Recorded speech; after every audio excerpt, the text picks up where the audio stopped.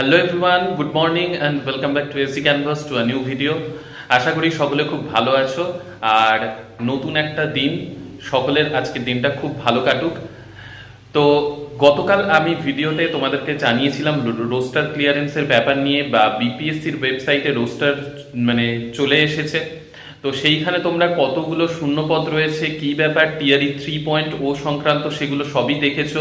এবার এগুলো দেখে কি হবে, এগুলো দেখে একটাই জিনিস আন্দাজ করা যেতে পারে, যেটা আমি অনেক আগের একটা ভিডিওতে তোমাদেরকে বলেছিলাম, যে টিআরই 3.0-তে ক্লাস 1 to 5 হোক বা 6 to 8 হোক, এগুলোতে সিট সংখ্যা যেগুলো প্রথমে বলা হয়েছিল, যেমন 1 to 5-এ 28,000 বলা হয়েছিল, সেইখান থেকে কমিয়ে 25,000 করে দেওয়া হয়েছে। তো এই যে সিট সংখ্যা কমলো, এগুলো কিন্তু সবগুলোই তোমরা যে টিআরই 4.0 এর জন্য অপেক্ষা করছো, সেই টিআরই 4.0-তে সবগুলো সিট যে অ্যাড হবে। তার থেকেও বড় আরেকটা কথা হচ্ছে, তোমরা যদি রোস্টারটা ভালোভাবে দেখে থাকো, সেই রোস্টারে পরিষ্কারভাবে দেখতে পারবে যে জেনারেলদের জন্যে যে সিট সংখ্যা রয়েছে সেটা আগের তুলনায় বেড়েছে। এবার সেটার কিসের জন্য হয়েছে, সেটা হয়েছে এই যে আরক্ষণ নীতি, যেটা 65% থেকে 50% যে করে দেওয়া হয়েছে। তো এইখানে যে 15% কমিয়ে দেওয়া হয়েছে আরক্ষণ নীতিতে, মানে পুরনো যে প্রসেসটা ছিল, পুরনো যে আরক্ষণ নীতি ছিল, সেই অনুযায়ী মানে এই রোস্টার আনা হয়েছে, বা সেই রোস্টার আনা হবে সেটা আগেই বলা হয়েছিল। তো সেই অনুযায়ী কিন্তু রোস্টার এসেছে। এবার তাতে একটা জিনিস লাভ হয়েছে, কি লাভ হয়েছে, জেনারেল ক্যাটাগরিতে যারা বিলং করে, সেই জেনারেল ক্যাটাগরির সিট সংখ্যা কিন্তু বেড়েছে। টোটাল সিট সংখ্যা কমেছে, সেটা অবশ্যই একটা মানে কি বলবো, টিআরই 3-তে যারা বসেছে তাদের জন্য তো অবশ্যই একটা খারাপ ব্যাপার যে কমে গেল সিট সংখ্যা, অনেকেই চান্স পাবে না এর জন্যে, যারা চান্স পেয়ে যেত। কিন্তু টিআরই 4.0-তে আবার এই সিটগুলো অ্যাড হবে। তো টিআরই 4.0 এর জন্য যারা অপেক্ষা করে আছো, তাদের জন্য আবার একটা ভালো দিক, যে সেইখানে সিট সংখ্যা বাড়বে, অনেকের সেইখানে সুযোগটাও বেড়ে যাবে।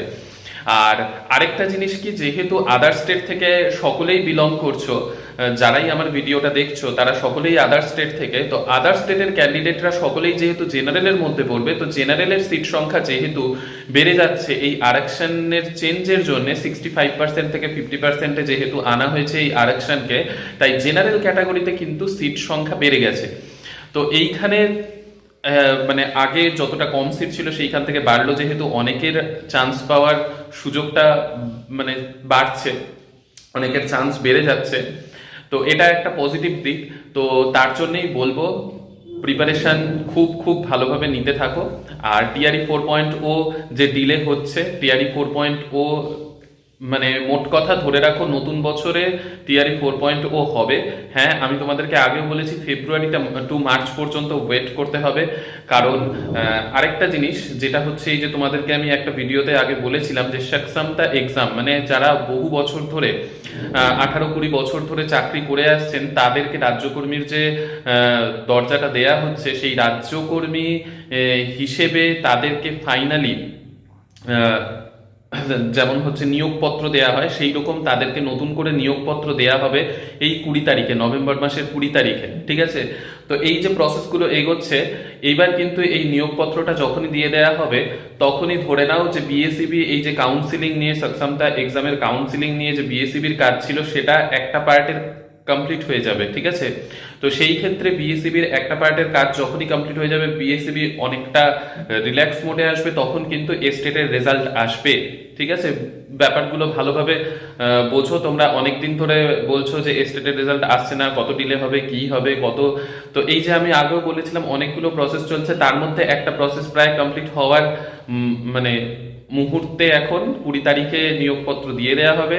তারপরে ডিসেম্বরে ফাইনাল নিয়োগ হয়ে যাবে সকলের, যারা এই ট্রান্সফার পলিসিতে অ্যাপ্লাই করবে আর সক্ষমতা এক্সামে যারা নিয়োগপত্র পাবে। তো এই ব্যাপারটা পুরোপুরি ক্লিয়ার হয়ে যাওয়ার পরেই কিন্তু এস্টেটের রেজাল্ট আসবে। আর এস্টেটের রেজাল্ট আসার কিছুদিনের মধ্যেই বিপিএসসি টিআরই 4.0 এর নোটিফিকেশন আসবে। ঠিক আছে, আর ডোমিসাইল নিয়ে আশা করি কেউ মাথা ব্যথা এখন আর করছো না, কারণ এখনো পর্যন্ত কিন্তু কিছুই বলা হয়নি। আর টিআরই 4.0 পর্যন্ত ডোমিসাইল নিয়ে কিছু মাথা কামানো হবে না। ইভেন টিআরই 5.0-তেও দেখা যাক কি হয়, কারণ টিআরই 5.0 এখনো দেরি রয়েছে। নতুন এস্টেট হবে তখনই অনেকটা ক্লিয়ার হবে।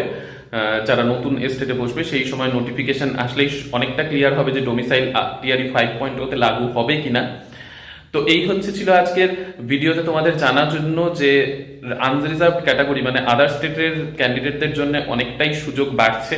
ঠিক আছে, তো তোমরা ঠিকঠাকভাবে প্রিপারেশন যেরকম নিচ্ছিলে হাল না ছেড়ে প্রিপারেশনটা নিতে থাকো। ঠিক আছে, তো ভালো লাগলে অবশ্যই লাইক শেয়ার সাবস্ক্রাইব করো। আর নেক্সট ভিডিওতে তোমাদের সকলের সাথে আবার দেখা হচ্ছে। সুস্থ থেকো, ভালো থেকো আর সঙ্গে থেকো। বাই।